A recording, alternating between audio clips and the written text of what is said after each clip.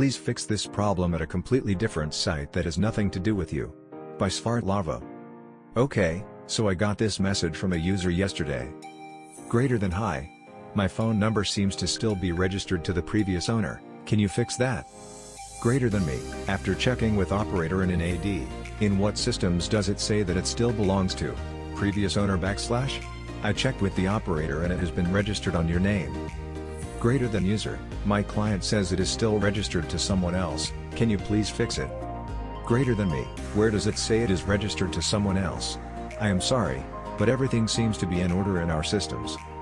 Greater than user, but it is still wrong at, insert site like white pages but Swedish, where you have to update the information yourself / I need it fixed right now, I cannot have my clients believing my phone number belongs to someone else.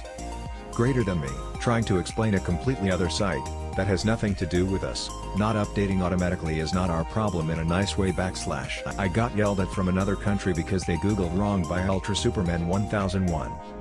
I own my own computer repair business in Ontario and this morning I woke up to a voicemail that was from an area code I haven't seen before and it was labeled as unknown location. Either way, to get rid of the voicemail I had to listen to it and it turned out to be someone who needed PC help. I phoned them back and first thing he asked was where my retail location was so he could drop off his computer. I was confused and I said I don't have one, I run this from home. He replies with what the F are you talking about that you don't have a location? I asked how he heard of me and he said I saw your F billboard on Main St. I reply back saying that I don't do any advertising and all my business is word of mouth. The F are you talking about? He is now yelling quite loud. I pulled over and wrote down all the information so I could F call you.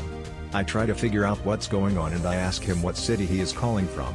What the F does that matter, but F fine, I'm calling from Southern US state. I chuckle and say that he's currently calling Canada. He replies with what's so F funny? I can't be F calling Canada. I made sure to write down F everything correctly. I asked what the business name is that he wrote down and he told me something close but not my business name and I asked him how he got my number. He replies with I F googled it and it's your F fault that your business came up first and confused me. He then hung up, a way too eager helper outs himself not being what he claimed. By Bartholomew Van Booger. I bring up a new office for our company. This is a week after go live and I show up to tie up any loose ends. No one at this location is in a technical position. One such guy whom I never met before comes up introducing himself and just knows I am the IT guy. Eager Beaver, hey, can I hang out and be your shadow today? Me, who are you? EB, oh, I just work here in the office. I'm an old IT guy myself. This guy is probably 10 years younger than me, so I'm not buying it. Me, I'm sorry, I have some specific tasks to perform on my own and then I need to go, but thanks for the offer. EB, okay, well let me know. Me and IT go way back. I know a lot of that stuff. I didn't want this guy anywhere near the unsecured data closet. I later had to set up a printer. Since he was nearby, I asked him, hey Beaver, can you bring up a command prompt and tell me your IP address? EB, fiddling with keyboard obviously lost. Remind me how to do that. So I walk him through bringing up a command prompt, but he is still lost. Type in ifconfig. So he tries to type it in his IP config. Okay, now ping the address 192.168.5.100.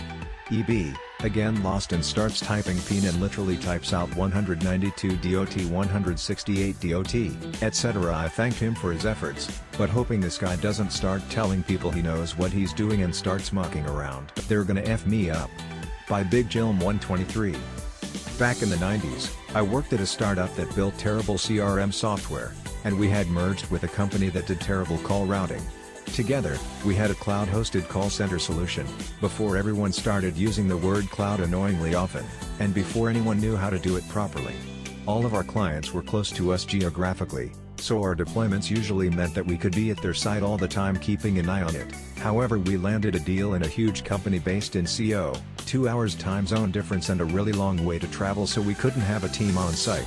We deployed the software on our servers over the weekend, ran 100 validations, including test calls from CO, and were reasonably sure that everything was working. First calls would happen Monday morning, so we had a crew on standby and our sales guy Bruce on the customer's site. Monday morning 9 a.m., we are all sitting in our office ready for action. The servers look good, app performance is great, no errors in the error logs. We are feeling pretty good at this point. 11:30, time to celebrate. The team goes downstairs to the pub and starts drinking. Burgers and nachos and pitchers. Loud music, loud voices. I don't hear my phone ringing. 12:30, 17 missed calls from Bruce. What the frick, it suddenly occurs to me, it's only 10:30 AM in CO. 10 people on the team, and not once did anyone figure out that calls hadn't started yet because of time zone. We all suck at this. Me. Bruce, I'm so sorry I missed your calls. What's going on? Bruce, the system is completely down. No calls, no app, nothing. The call queue had to be switched to manual. Me. Okay, we are on it. I will have the team at the console in 5 minutes. Can you keep the client calm? Bruce, calm? I'm hiding in a freaking closet. They are going to frick me up if they see me. I've been walking around with my phone against my ear pretending to be talking to you for the last hour. Me, frick. Turns out it was a simple fix, they changed their WAN IP and it wasn't whitelisted or something similar. We had it up and running a few minutes later. It was a long time before we could all laugh.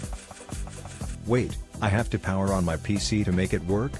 By sysadmin Fruvljk. LTL, FTP, all know the drill. TLDR at the bottom. Some background. So about 5 years in the past I was working for a IT service provider. Sorry, English isn't my native language. Long story short, we were implementing and supporting everything IT related for our customers. That ranged from everything TK related to hypervisors, virtual servers, Exchange, file servers, backup concepts and so on. I started my apprenticeship to become a IT sysadmin at this company, and for the first year I was designated to do telephone/remote support for all our clients because by doing this I would learn the most. Our clients ranged from doctors to schools and government institutions. But we also had some normal industry as clients. Now on to the story. I get a call from an older lady working at a government institution. I knew this lady and she was very stubborn and not very friendly to say the least. She tells me about a problem with the Outlook client on her PC and I ask if I can remote in to investigate the issue. But of course I can't because her work is of utmost importance, as always. Good thing is, this lady leaves very early every day, so we make an appointment that I can remote onto her machine when she leaves work.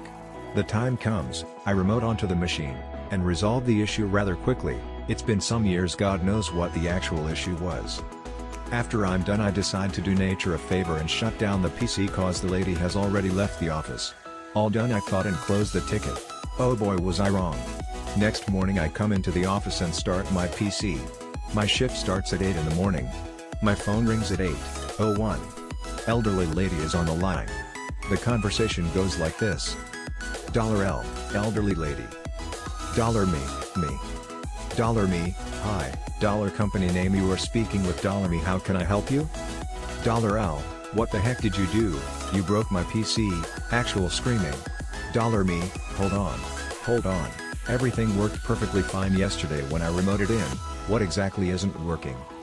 $L, the login screen won't appear when I move my mouse. $me, well, is your PC even on?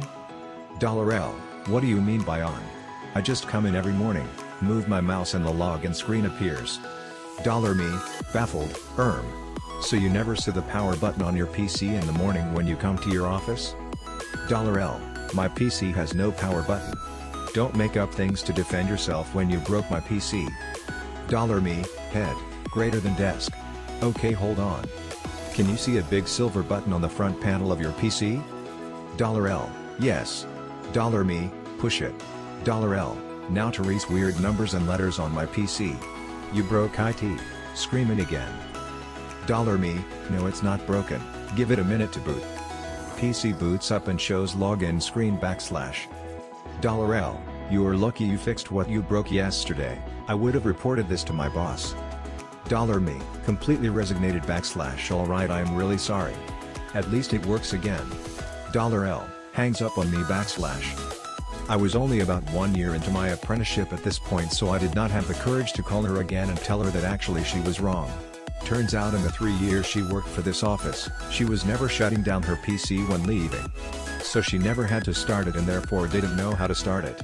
Or she taught moving the mouse start at the PC. Anyway, this day was F / from the beginning and I was seriously reconsidering my life choices. TLDR, I remote into $L's PC to do troubleshooting and shut it down when I'm done, cause she already left. She screams at me because I broke her PC as she didn't know how to start it, cause she never shut it down.